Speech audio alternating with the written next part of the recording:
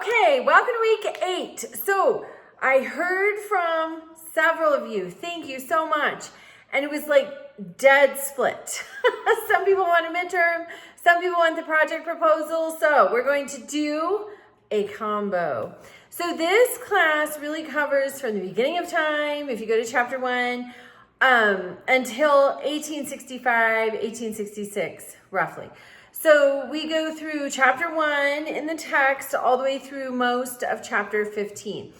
At the beginning of each chapter, there's a timeline that may be helpful in helping you. I suggest looking at all of those timelines. Go through chapter 1 through chapter 15. Look at those timelines on the first page of each chapter because you're going to select your project proposal.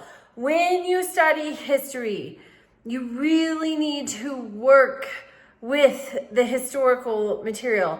And so that requires primary sources. Those are sources that just are. Nobody's explaining them. There's no background, context, anything like that. They just are, such as the Declaration of Independence, the Constitution, the Gettysburg Address, the Emancipation Proclamation.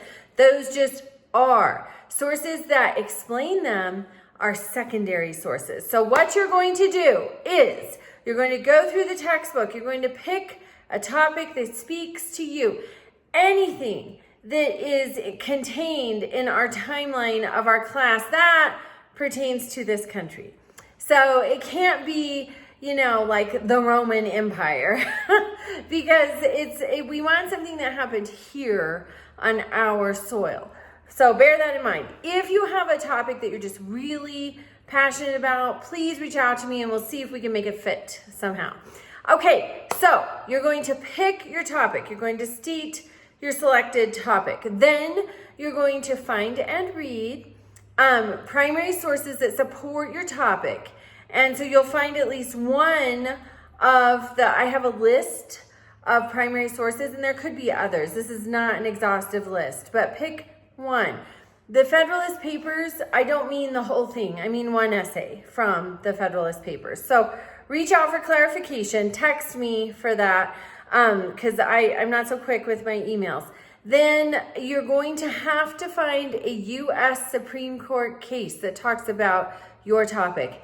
And they exist, I promise. The Supreme Court has weighed in on everything in our country. See why we have to stick to our country?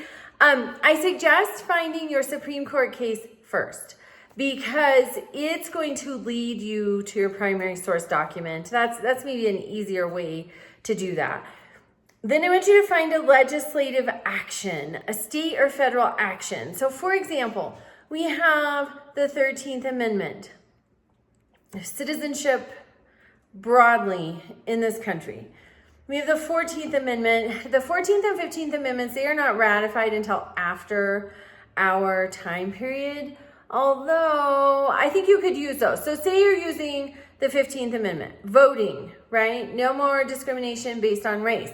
Then you have these state and local actions, primarily in the South, but not completely in the South. The Jim Crow era. You have the Dred Scott decision. If you're looking at like the Fugitive Slave Act, there's so much primary source documentation of almost anything you might encounter. If you're looking at women, you can start with the Abigail Adams letter. That is a primary source document. If you want to look at women's rights, gender discrimination. So just pick something. And then once you pick something, if you're just really stuck with finding these primary sources, please reach out to me. I'll help you. I want you to find a current event within the last 25 years that pertains to your topic. And that's really important. It does not do us any good to study history if all we get from it are some facts, some dates, some names. That doesn't help us.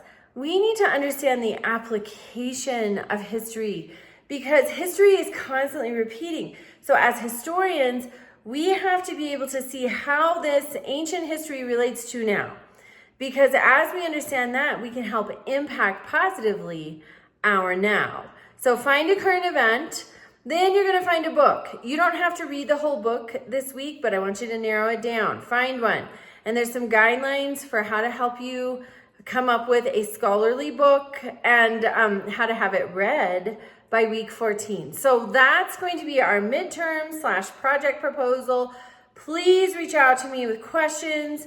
It's a little bit confusing. I've tried to be really clear in the instructions, but I am often not as clear as I think. So reach out with questions and have a great week.